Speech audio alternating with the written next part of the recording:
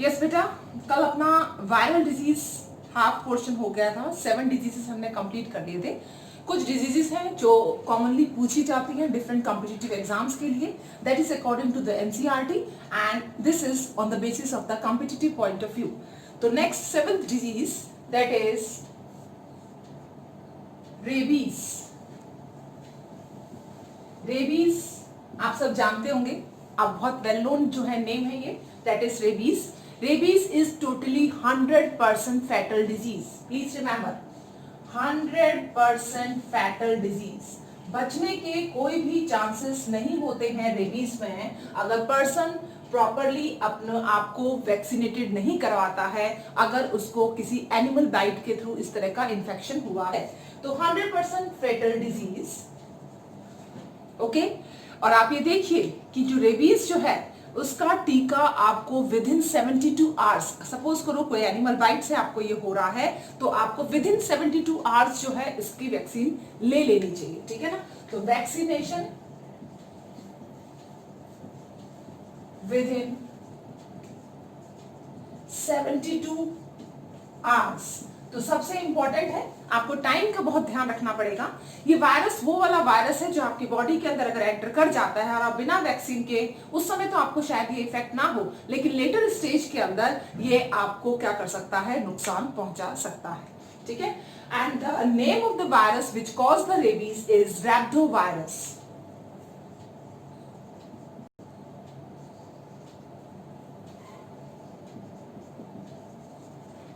रैप्डोवायरस की वजह से हमें क्या होता है, रेबीज। अब ये जो रैप्डोवायरस है ये कैसे ट्रांसमिट होगा, what is the mode of the transmission. तो mode of transmission is from bites of the animal. अगर किसी वर्टिब्रेट से किसी वर्टिब्रेट को ये इंफेक्शन प्रोड्यूस हो रहा है तो इस तरह की डिजीज को जूनोटिक डिजीज भी कहते हैं। आप ये ध्यान रखना, जैसे रेबीज है तो रेबीज वर्टिब्रेट, वर्टिब्रेट कौन है, डॉग, वर्टिब्रेट से किसी दूसरे वर्टिब्रेट में आया, फॉर एग्जांपल ह्यूमन बीइंग। तो इस तरह का जो ट्रांसफर हो रहा है vertebrate to vertebrate, that type of disease is known as zoonotic disease. Zoonotic, zoonotic disease, clear. अब हम मोड ऑफ ट्रांसमिशन की बात करते हैं। मोड ऑफ ट्रांसमिशन जो है स्पेशली वो किसके थ्रू हो रहा है, या तो डॉग बाइट,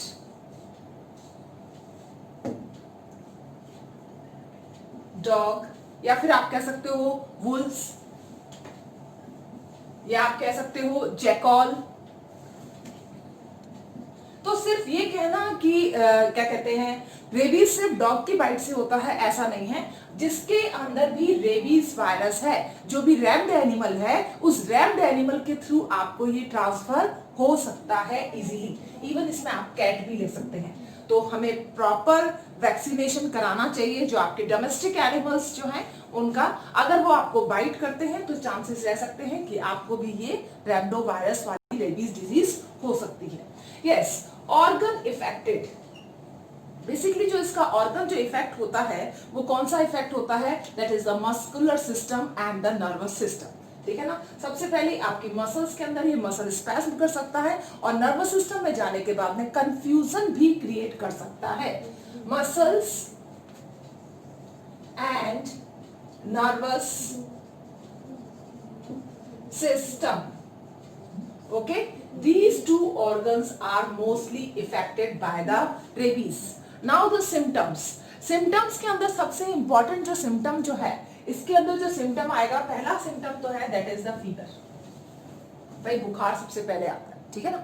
बुखार आने के बाद में पर्टिकुलर पर्सन को जो है क्या होता है, सलाइवेशन स्टार्ट हो सकता है, ठीक है ना। सलाइवेशन हो सकता है, माउथ के अंदर से सलाइवेशन जो है, इस तरह की प्रॉब्लम देखी जा सकती है। और फिर चांसेस ये रहते हैं सलाइवेशन के साथ साथ में कि उसके अंदर जो है क्या कहते हैं, मस्कुलर स्पैज्म, क्योंकि मसल्स ऑर्गन इफेक्ट हो रहे हैं तो मस्कुलर स्पैज्म हो सकता है, मसल्स जो है उसकी अकड़ सकती हैं। और मेंटल कंफ्यूजन वाली कंडीशन भी रहती है, मेंटल कंफ्यूजन, क्योंकि नर्वस सिस्टम पे इसने इफेक्ट करा है तो आपको मेंटल कंफ्यूजन जैसी कंडीशन रहेगी। पर्सन किसी भी लिक्विड डाइट से उसको डर लगता है, ठीक है ना, इसलिए हम इसको कहते हैं हाइड्रोफोबिया। ठीक है ना, मतलब कोई भी लिक्विड डाइट हो, whether it is a water, whether it is a food, तो वो क्या करेगा, उसको नहीं लेगा, उसको एकदम से फियरिंग, फोबिया टाइप जो है हो जाएगा, किससे, लिक्विड से, that is hydrophobia. Yes, the vaccine of rabies is rabies vaccine. क्या कहते हैं इसकी वैक्सीन को, रेबीज वैक्सीन। जो नाम है पर्टिकुलर डिजीज का, वही से इसकी क्या है, वैक्सीन। इसकी 3 डोजेस दी जाती है, ठीक है ना, there are 3 doses of this vaccine. First 7th day को, सेकेंड 21 डे को, और थर्ड जो है 28 डे को, ठीक है ना। तो 3 डोजेस के थ्रू या 3 injection, that is the intramuscular injection जो है वो दिए जाते हैं। याद रखना, इंट्रामस्कुलर इंजेक्शन दिए जाते हैं, इंट्रावीनस नहीं दिए जाते, ठीक है। That is 7, 21 and 28 days intramuscular injections जो हैं, पहले ये 7 टीके हुआ करते थे बेटा, अब इनका नंबर जो है वो डिक्रीज हो गया है from 7, it is only 3 doses, 7, 21 and 28 day में ये वैक्सीन दी जाती है, and the vaccine is the rabies vaccine. So rabies is 100% fatal disease, please remember 100% fatal disease, इसमें बचने के चांसेस कोई नहीं होते हैं अगर वैक्सीनेशन प्रॉपर नहीं हुई तो। और वैक्सीनेशन हमें कितनी देर में लेनी चाहिए, 72 आवर्स के विदिन आपको, अगर कोई भी इस तरह का डॉग, वॉल्स, जैकल या फिर कैट की बाइट होती है तो उसके विदिन 72 आवर्स आपको ये वैक्सीन लेनी है। और ये वायरस जो है दैट इज रैबिडो वायरस, RHA है बेटा ये रैबिडो वायरस, और ये वर्टिब्रेट से वर्टिब्रेट में फैल रहा है, that is zoonotic disease. Which type of disease this is? Zoonotic disease. तो ऑप्शन में आता है example of zoonotic disease, which transfer from man to man or from vertebrate to vertebrate. That type of disease is known as zoonotic disease. Okay, and the organ affected are muscles, nervous system, and the symptoms are which affect the muscles and are the neurons. That is confusion-like conditions and muscular spasm. Fever and salivation, they are the normal symptoms, and hydrophobia, पानी से, liquid की diet से आपको डर लगेगा। Okay बेटा, तो rabies होता है कंप्लीट। अब अपन लेंगे next disease, that is polio. Yes बेटा, 8th disease is the polio. 2 बूंद जिंदगी की polio. Yes, polio is due to which virus, poliomyelitis virus. Polio is caused due to poliomyelitis virus, okay, which is single-stranded RNA virus having single-stranded rRNA, single-stranded RNA, okay। तो poliomyelitis जो है basically आपकी body के अंदर कैसे enter करता है, poliomyelitis आपकी बॉडी में एंटर करता है via digestive system, faeco oral route इसका मोड ऑफ ट्रांसमिशन है। So what is the mode of transmission, it is faeco oral route. अब आप देखिए, कोई भी वायरस जो है इसके अंदर डायरेक्टली आपके किस में अटैक करेगा, डाइजेस्टिव सिस्टम, यानी कि ये वायरस है, ये वायरस गया आपके डाइजेस्टिव सिस्टम के अंदर, ठीक है। डाइजेस्टिव सिस्टम में जाने के बाद में ये कहां जाएगा, आपकी बॉडी के न्यूरॉन के अंदर जाएगा, ठीक है ना। और न्यूरॉन में भी स्पेशली किसको इफेक्ट करेगा, नर्वस सिस्टम में जाएगा, और किसको इफेक्ट करेगा specially, that is the motor neuron. किसको कर रहा है, मोटर न्यूरॉन, जो मैसेज को, आपको मालूम है कि सेंसरी जो है वो कहां से आता है, टिश्यू से सेंट्रल नर्वस सिस्टम है, और सेंट्रल नर्वस सिस्टम से जब वापस टिश्यू में जाता है तो मोटर न्यूरॉन जो है, वेंट्रल हॉर्न जिसे अपन कहते हैं, नर्वस सिस्टम जो है उसका कौन सा वाला पार्ट आ जाएगा, स्पाइनल कॉर्ड का, that is ventral horn. Ventral horn से जो मसल, जो नर्व्स निकलती हैं वो कौन सी वाली नर्व्स होती हैं, दैट इज मोटर। तो मोटर न्यूरॉन पे जाके ये क्या करेगा, इफेक्ट करता है, और वहां पर ये मस्कुलर एक्टिविटी को स्पैज्म कर देता है, पैरालिटिक अटैक पड़ता है, और पैरालिटिक अटैक से जो पर्टिकुलर पर्सन को पोलियो लाइक सिम्टम्स जो है आना शुरू हो जाते हैं। अब जब हम इसके ऑर्गन अफेक्टेड की बात करते हैं तो कौन सा ऑर्गन अफेक्ट हो रहा है, that is nervous system and muscular. Muscles पे जाएगा, ठीक है, क्यों? क्योंकि मोटर न्यूरॉन की एक्टिविटी यहाँ पर हो रही है वेंट्रल हॉर्न के थ्रू। दूसरा नर्वस सिस्टम में है, क्योंकि डायरेक्टली नर्वस सिस्टम जो है वो क्या होगा, इफेक्ट होगा। ओके, तो इसमें सबसे पहले सिम्टम्स जो है वो क्या आते हैं? इसमें सिम्टम्स जो आएगा कि आपके अंदर मस्कुलर स्पैज्म आएगा। मोस्टली मस्कुलर स्पैज्म आता है लोअर एब्डोमेन वाले पार्ट के अंदर, तो इसमें आपके लेग्स वगैरह ये जो है इससे क्या हो सकते हैं, इफेक्टेड हो सकते हैं। लेकिन अगर ये ऊपर वाले पोर्शन के अंदर, जैसे कि आपका थॉरेक्स वाला पोर्शन है, वहां पर जाके अगर ये आपको मस्कुलर स्पैज्म करता है तो बचने के कोई चांसेस नहीं होते, ठीक है ना। अगर पोलियो है, पोलियो जो आपको दिख रहा है वो जस्ट कौन सा वाला पोलियो है कि इसने बॉडी के, सपोज करो ये और ह्यूमन बीइंग है और इस ह्यूमन बीइंग के लोअर पोर्शन के अंदर ये आ गया थोरेसिक और ये वाला आ गया एब्डोमेन, ठीक है ना।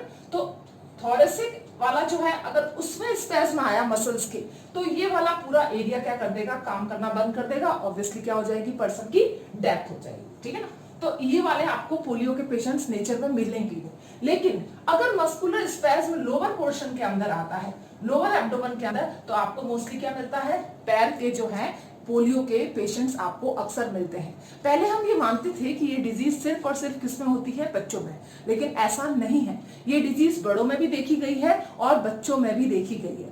इसलिए लोअर एब्डोमेन वाले पोर्शन को ही हम क्या कहते हैं कि ये पोलियो है, जबकि ऐसा नहीं है। मस्कुलर स्पैज्म, क्योंकि यहाँ पर मस्कुलर सिस्टम क्या हो रहा है, इफेक्ट हो रहा है, तो मस्कुलर स्पैज्म होने के चांसेस बहुत ज्यादा रहते हैं और मस्कुलर स्पैज्म्स की वजह से डेथ भी हो जाती है अगर वो अपर थोरेसिक रीजन में हो।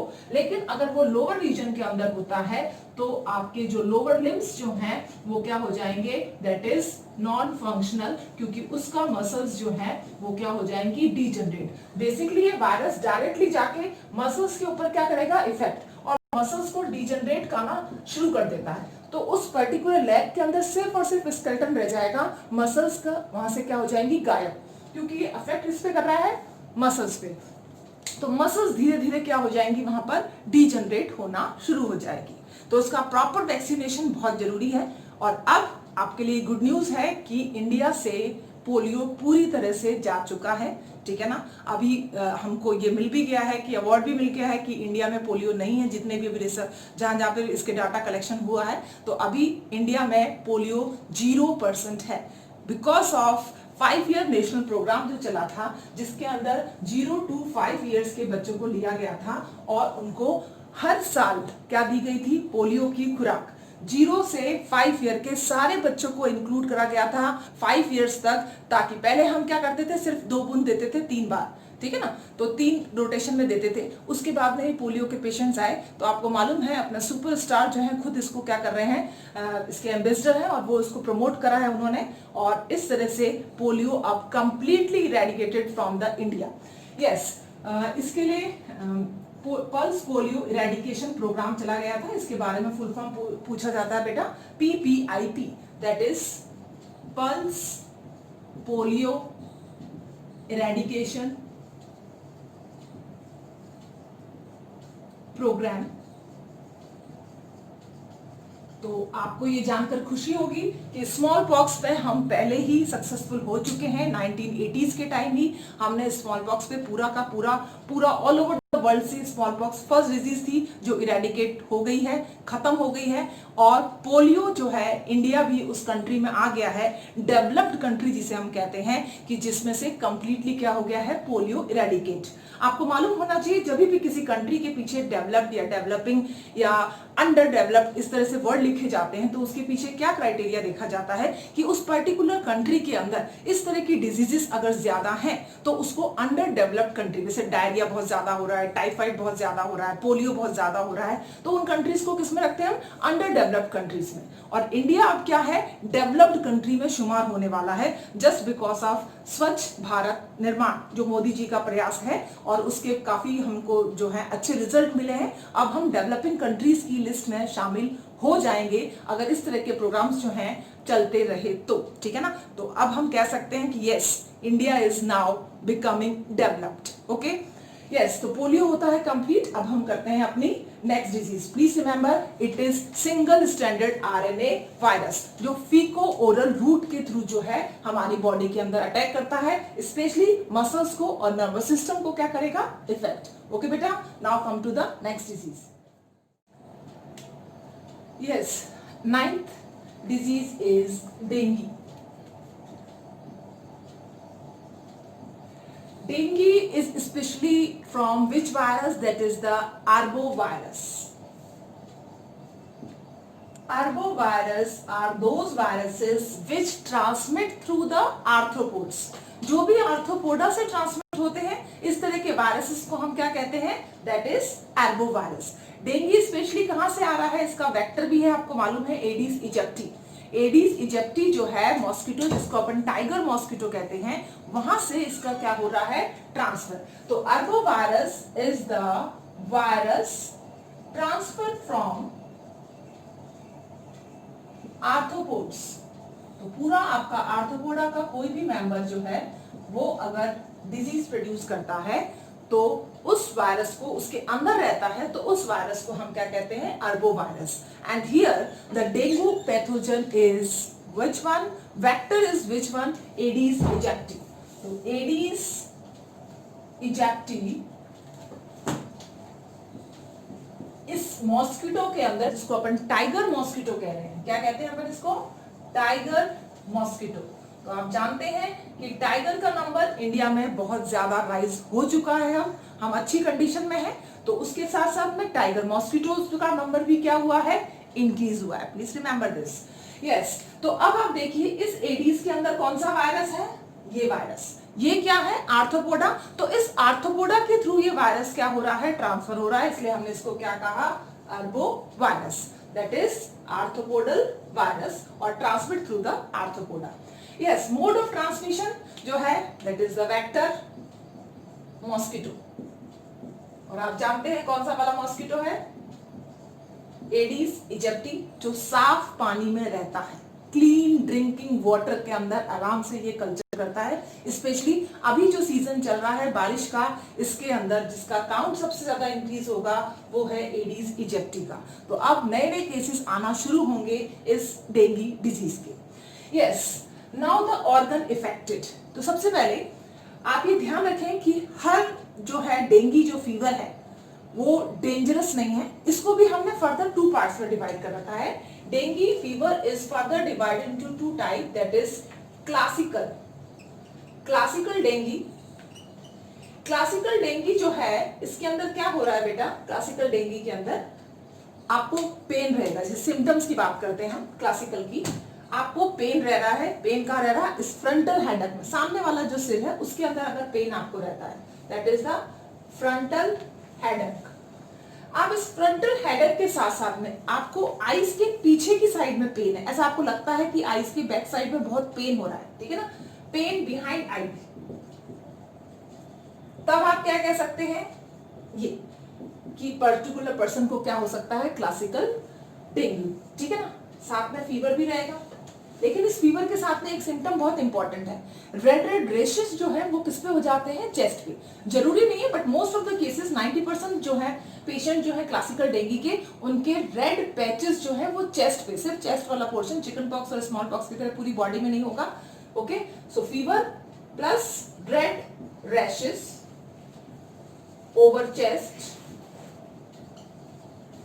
मसल पेन जनरल है, मसल पेन होगा, जॉइंट पेन होगा, जो अपन कहते हैं इसको मसल पेन, जॉइंट पेन, ये सब किसके हैं?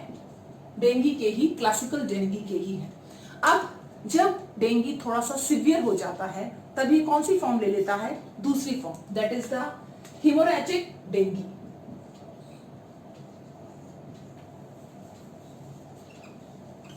हेमोरेजिक डेंगू के अंदर क्या होगा? अब इसमें ब्लीडिंग स्टार्ट हो जाएगी। हीमोरेज मतलब आरबीसी क्या हो रहे हैं? इसके अंदर से बर्स्ट हो रहे हैं, तो आरबीसी क्या होंगे? स्प्लिट होंगे। और जब आरबीसी स्प्लिट होगा या आरबीसी ब्रेक होगा तो क्या होगी? ब्लीडिंग। तो इस वाले केस के अंदर अब ब्लीडिंग शुरू हो जाती है, कभी गम से, कभी माउथ से, ठीक है ना, स्किन से, डिफरेंट पोर्शन से बॉडी के जो है ब्लीडिंग स्टार्ट हो जाएगी। That type of dengue is known as haemorrhagic dengue, ठीक है ना। तो यहाँ पर ब्लीडिंग फ्रॉम द बॉडी, ये तो नॉर्मल सिम्टम्स उसकी बॉडी के अंदर रहेंगे, उसको फीवर भी रहेगा, उसको क्या कहते हैं मसल्स पेन भी रहेगा, जॉइंट पेन भी रहेगा, लेकिन इसके साथ साथ सबसे इंपॉर्टेंट जो है दैट इज ब्लीडिंग। और ब्लीडिंग बॉडी के स्पेशली माउथ से, स्किन से, किसी भी पोर्शन से जो है उसको हो सकता है। ब्लीडिंग इसका सबसे बड़ा रीजन रहता है। अब देखो ये क्या करता है, कहां जाके इफेक्ट करेगा, ये आपके ब्लड के थ्रोम्बोसाइट पे जाके इफेक्ट करता है। आर्बोवायरस आपके ब्लड के कौन से पोर्शन पे जाके इफेक्ट कर रहा है, दैट इज थ्रोम्बोसाइट। और थ्रोम्बोसाइट आपको मालूम है बेटा क्या होता है, ब्लड प्लेटलेट्स। तो ब्लड प्लेटलेट्स का काउंट जो है एकदम से गिरना शुरू कर देता है, ठीक है ना। ब्लड प्लेटलेट्स क्या हो जाएंगे, कम हो जाएंगी। जब ब्लड प्लेटलेट्स कम होंगे तो ऑब्वियसली उनका नंबर कम हो रहा है, तो वो जो क्लॉट कर सकते थे लेकिन उनके नंबर ज्यादा होने की वजह से वो क्लॉटिंग करते हैं, उनका नंबर ही, इससे सबसे पहले किसको इफेक्ट करा, ये इफेक्ट करेगा ब्लड प्लेटलेट्स। तो ब्लड प्लेटलेट का नंबर क्या हो गया, डिक्रीज, जिसकी वजह से सीवियर केस के अंदर क्या होना शुरू हो गया है, ब्लीडिंग होना शुरू हो जाता है, ठीक है ना। एज सच इसकी कोई भी वैक्सीन जो है वो नहीं है, नो वैक्सीन, ठीक है ना। अब इस केस में क्या करा जाए, ब्लीडिंग भी हो रही है, वैक्सीन भी नहीं है, तो क्या पर्सन को मरने दिया जाए, नो। इस केस के अंदर हम प्लेटलेट ट्रांसफर करते हैं, ठीक है ना। तो यहां पर इस केस में वैक्सीन ना होने की वजह से प्लेटलेट ट्रांसफ्यूजन होता है, प्लेटलेट्स ट्रांसफ्यूजन। तो प्लीज रिमेंबर प्लेटलेट्स ट्रांसफ्यूजन होता है। और कई लोग जो है सिंपल सा फीवर आया, एस्पिरिन ले लिया जी, डिस्प्रिन ले लिया जी। अब एस्पिरिन और डिस्प्रिन अगर आप इस तरह की मेडिसिन लेते हो, ये मेडिसिन आपके ब्लड को क्या कर देती है, थिन कर देती है। अब जिस पेशेंट के अंदर वैसे ही डेंगू की वजह से क्या हो रहा है, आर्बोवायरस की वजह से क्या हो रहा है, उसके अंदर ब्लड प्लेटलेट का काउंट जो है वो क्या हो चुका है, लो, तो उसको ब्लड ट्रांसफ्यूजन हो रहा है। तो जब ब्लड प्लेटलेट का काउंट लो हो जाएगा, उस केस में अगर आप उसको एस्पिरिन दे रहे हैं या फिर आप उसको डिस्प्रिन दे रहे हैं, तो वो ब्लड को क्या कर देगी, और ज्यादा थिन कर देगी। और ज्यादा थिन होने की वजह से चांसेस ये रहेंगे कि ब्लीडिंग और ज्यादा हो जाए। तो सेल्फ मेडिकेशन नहीं करनी चाहिए। कई बार तुक्का सही हो जाता है, लेकिन मोस्टली तुक्के फेल भी हो जाते हैं। उसका नतीजा हमें किसके अंदर देखने को मिलता है, डेंगू के अंदर देखने को मिलता है, ठीक है ना। तो हिमोरेजिक डेंगू जो है सबसे हार्मफुल डेंगू है। क्लासिकल डेंगू से आप बच सकते हैं, जो है नॉर्मल प्रोसेस के थ्रू, अगर आप लिक्विड डाइट ज्यादा लेते हैं तो बच जाएंगे। लेकिन हिमोरेजिक डेंगू का कोई भी बचाव नहीं है, इसमें डेथ के चांसेस बहुत ज्यादा रहते हैं। इसलिए पर्सन को एडमिट होना चाहिए, और एडमिट होने के बाद में उसको ब्लड प्लेटलेट्स जो है वो क्या होते हैं, वाया इंजेक्शन के थ्रू जो है उनको क्या कहते हैं, चढ़ाया जाता है। तो ब्लड प्लेटलेट ही इसका क्या है, प्रॉपर सही तरीका है इसके इलाज का। So please remember the virus which transfer from insect is known as arbovirus, and the transmit agent is mosquito, which is tiger mosquito, Aedes aegypti. So dengue होता है कंप्लीट अपना। अब हम लेंगे एक और fever that is known as chikungunya. Yes, our next viral disease chikungunya. Chikungunya, वैसे बोलते हैं हम इसको चिकनगुनिया है, लेकिन इसमें ध्यान रखना स्पेलिंग में यू आएगा, chikungunya. Yes, it is also due to the arbovirus. Arbovirus आपको मालूम है, virus which is transmitted through the arthropods. Mode of transmission is the same which is in the dengue case, that is the Aedes aegypti. ये वही मच्छर है जो उसके अंदर भी क्या कर रहा था, mode of transmission का वर्क कर रहा था, tiger mosquito, Aedes aegypti। Okay, इसके थ्रू जो है चिकनगुनिया जो है वो ट्रांसफर होता है। और ऑर्गन्स इफेक्टेड, इसके अंदर सबसे ज्यादा जो इंपॉर्टेंट ऑर्गन इफेक्ट होता है दैट इज द जॉइंट्स। इसके अलावा आईज भी जो है इसके अंदर इंपॉर्टेंट रोल प्ले करती है, और लिम्फेटिक ग्लैंड्स या लिम्फ नोड्स जो होते हैं वो भी इसमें क्या करते हैं, इफेक्ट होते हैं।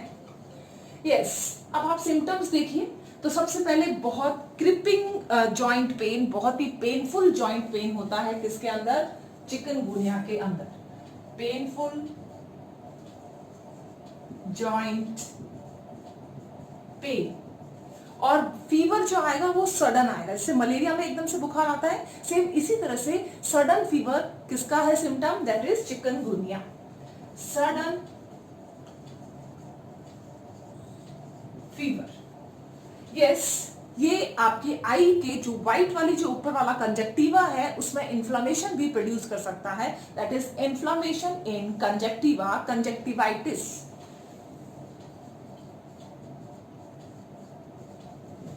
आइटिस वर्ड यूज करा हमने, that is the inflammation of conjunctiva.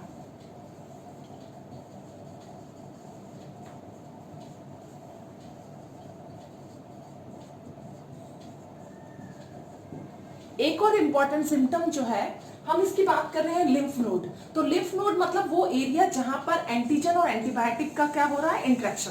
हमारी पूरी बॉडी के अंदर जगह जगह पर छोटे छोटे क्या हैं, लिम्फ नोड होते हैं। जैसे पुलिस चौकी प्रेजेंट होती है हर जगह पर, ठीक है ना, हर एरिया के अंदर पुलिस चौकी है, सेम उसी तरह से हमारी पूरी बॉडी के अंदर डिफरेंट रीजन्स में क्या है, लिम्फ नोड।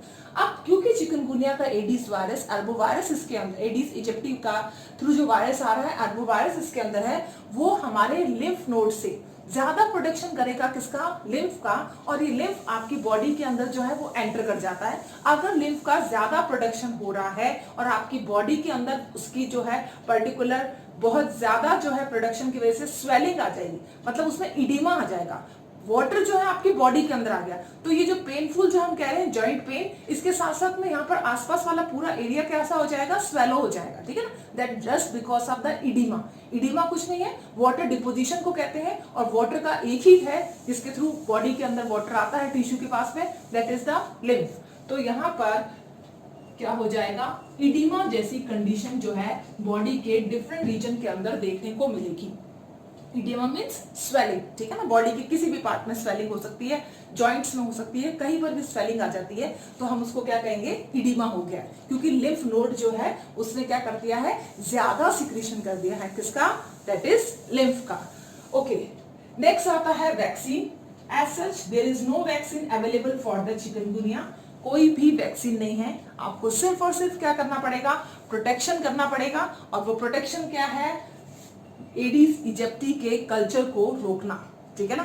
एडिस इजिप्टी अपने घर के आसपास इकट्ठे ना हो, उनको आपको ध्यान रखना है, घर के आसपास साफ पानी जो है इकट्ठा नहीं होना चाहिए, अगर वो होगा तो ये इजीली कल्चर करेंगे, और कल्चर करेंगे तो डेंगू भी फैलाएंगे और चिकनगुनिया भी फैलाएंगे, ठीक है ना। There is no vaccine for the dengue and chikungunya. Clear बेटा, इसके अंदर सबसे ज्यादा इफेक्ट जो है ऑर्गन वो कौन सा है, जॉइंट्स। जॉइंट्स में इडिमा भी हो रहा है और जॉइंट्स में पेन भी आ रहा है, ठीक है ना। और कंजक्टिवाइटिस, आपकी जो आई है उसका व्हाइट वाला पोर्शन इन्फ्लेम्ड हो सकता है, रेडनेस आ सकती है, उसमें से भी फ्लूइड बाहर आना शुरू हो जाएगा, जस्ट लाइक आई फ्लू। तो प्लीज रिमेंबर ये सिम्टम्स, सडन फीवर, ये सिम्टम्स किसके हैं, चिकनगुनिया के। तो अब अपनी एक और डिजीज रह गई है, हेपेटाइटिस, ठीक है, hepatitis. Yes, beta. Our last disease, last viral disease, that is hepatitis. Hepatitis means inflammation of liver. क्या कहते हैं हम इसको? Inflammation of liver. ये जो inflammation है liver का, ये basically 3 रीजन से होता है, और हम अभी कौन सा रीजन ले रहे हैं, that is the viral, ठीक है ना। तो वायरस से इन्फ्लामेशन होता है, ड्रग्स से इन्फ्लामेशन होता है, और अल्कोहल से इन्फ्लामेशन होता है। क्लियर। तो अभी हम क्या लेंगे, viral disease, that is hepatitis. अब हेपेटाइटिस एक टाइप नहीं है, इसकी 5 सब टाइप्स है, जैसे hepatitis A virus, hepatitis B virus, hepatitis C virus, hepatitis D virus, और हेपेटाइटिस ई वायरस। कितनी सब टाइप हुई इसकी, 5। अब इसका बेसिक जेनेटिक मटेरियल आपको जरूर मालूम होना चाहिए। इसके अंदर जो जेनेटिक मटेरियल है हेपेटाइटिस ए वायरस के अंदर, अब इसका जो है वैक्सीनेशन भी होता है, लगता है, जो न्यू जितने भी बच्चे हैं उन सब के अंदर ये वैक्सीनेशन हेपेटाइटिस ए की और सी की, डी की, ई की दी जाती है, ठीक है। ओके, तो हेपेटाइटिस ए वायरस जो है इसके अंदर जो है बेसिकली क्या होता है, single stranded RNA. Genetic material is single stranded RNA.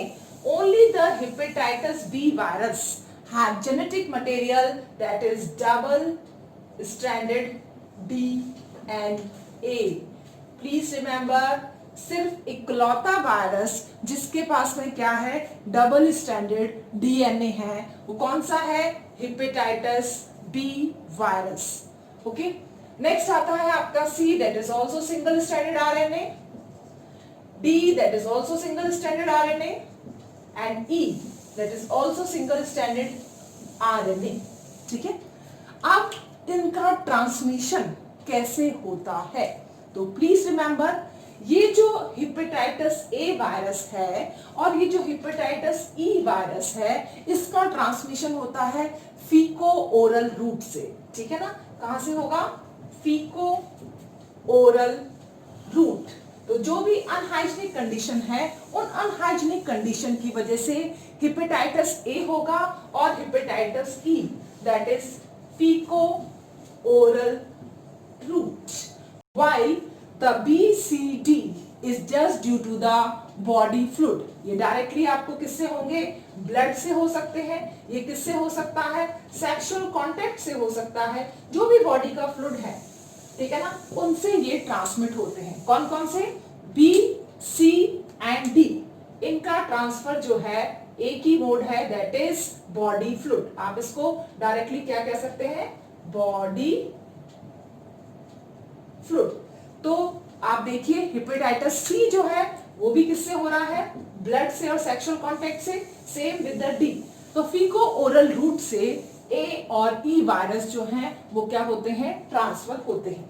अगर हम देखेंगे कि सबसे ज्यादा फर्टिलिटी रेट किसकी है, यानी कि डेथ परसेंटेज किसमें ज्यादा आता है, that is the hepatitis D virus have the highest fertility rate. तो सबसे ज्यादा डेथ जो है, या मतलब कॉज जो एजेंट है, that is hepatitis D virus.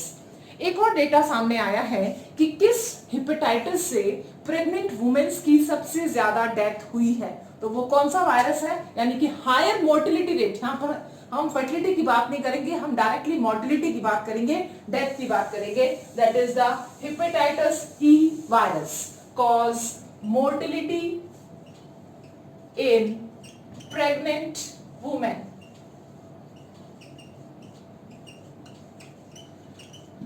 Okay, तो हेपेटाइटिस एज जनरल आपको मालूम होना चाहिए कि एक वायरल डिजीज है ये, क्योंकि हम लोग कंफ्यूज हो जाते हैं कि हेपेटाइटिस मतलब लीवर की प्रॉब्लम है।